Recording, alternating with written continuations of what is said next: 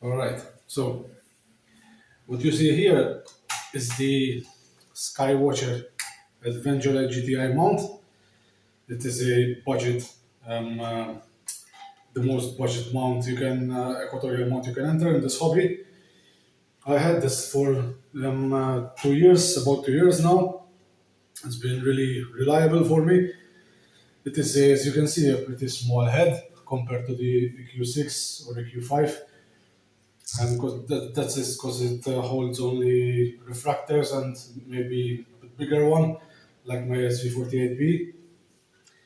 And but it's been really good. Like it's steady, tracks good, guides well, um, uh, and basically I use this for my Evo guide mostly. So I'm going to remove a bit now, and this is 5 kilograms payload capacity. That means it holds 5 kilograms of weight on this axis, and you don't count the counterweights with the weight. So 5 kilograms is just the telescope, camera, and guide scope, everything. And you need to polar align these mounts. For the mounts, you have these knobs here to slacken, and these you have two knobs down here to move left or right, and this up and down, and you adjust the mount. But so pros are it tracks good, like it weighs nothing. I can pick it up with my hand. It weighs a bit at the moment because I have the counterweight here, which this counterweight comes with it. It's about 2.2 kilograms, I believe. But just a tip: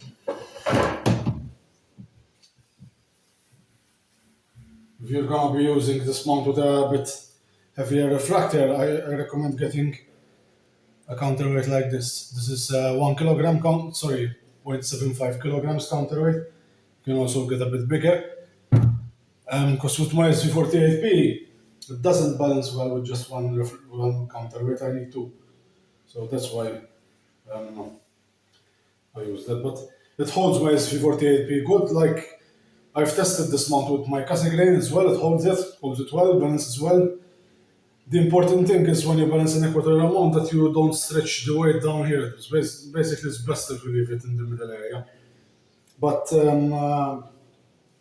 the spear allows you to put a bit longer refractor, so when it comes like this, it doesn't hit the legs here, which if you don't have this spear, it will hit.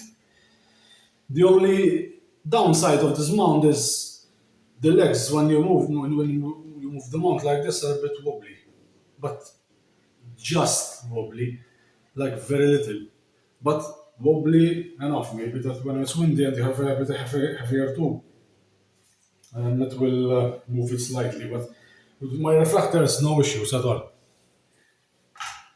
As you can see, holds it well, balances well. See?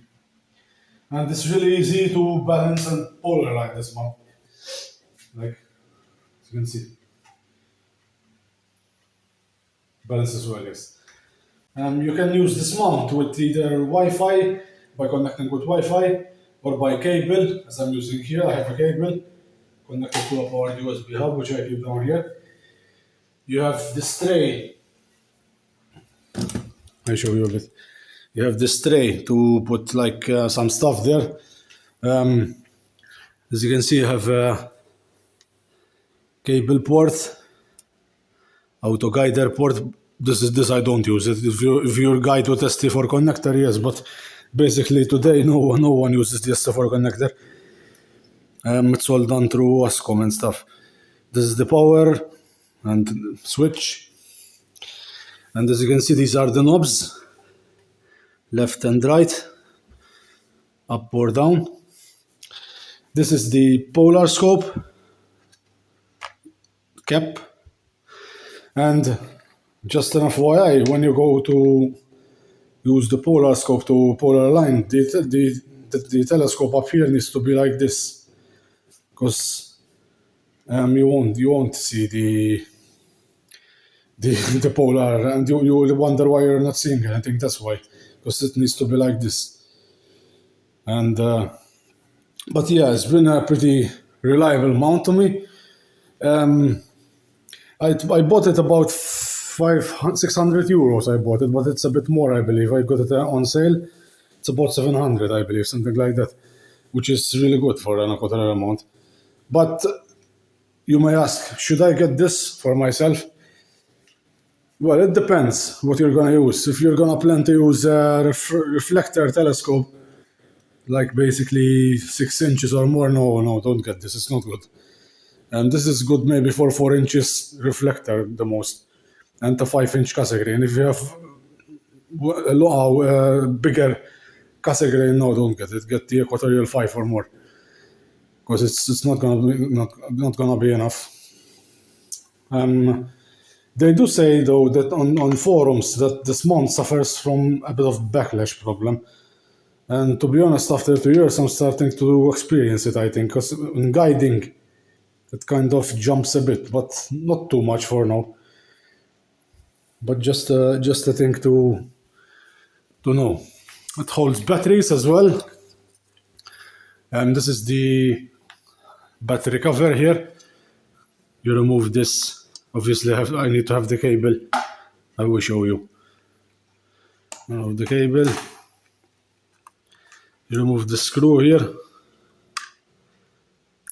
And there are 2 battery holders.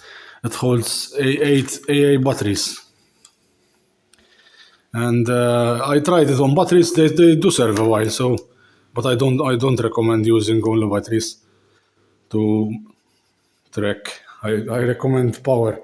It's much better using 12 volts power. And these legs are adjustable as well. You can, as you can see, you have these thumb screws. You can loosen them and you can bring the mount more up. But I don't recommend that, because when you bring it more up, it makes it less stable. You may ask how is the guiding on this? How is the back, like RMS error and stuff? Basically, my RMS error that I get is normally with this EvoGuide, I get about 0.5 RMS error. With the Cassegrain, I get a bit more, obviously, because it's a bit more weight, maybe 0.8 and sometimes 1. But last night, example, I used this with the setup 0.4, 0.3, even when it's a still night, because guiding, as you know, affects a lot of things like wind, atmospheric turbulence. That affects a lot of things. Also, the mount sometimes starts tracking.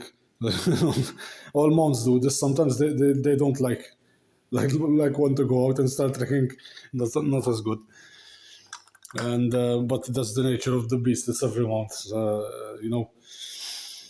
And if you want to get into astrophotography, this is the setup I recommend. Skywatcher Adventurer GTI, EvoGuide, or if you can afford it, a Red Cat, but a Red Cat is very expensive. And this guide scope. This will be a killer setup for wide field nebulas. If you see my channel, you know what I did with this setup. So it's very, very capable. I control everything through SharpCap and ASCOM and SynScan and stuff. This mount is controlled with SynScan, by the way. It's like I said, controlled with Wi-Fi and cable. But cable is more reliable connection, especially if you're gonna use guiding. So I recommend using cable instead, with all mounts, not with just this one. So what do I think of it? Yes, it's good, but only for lighter refractors, cameras.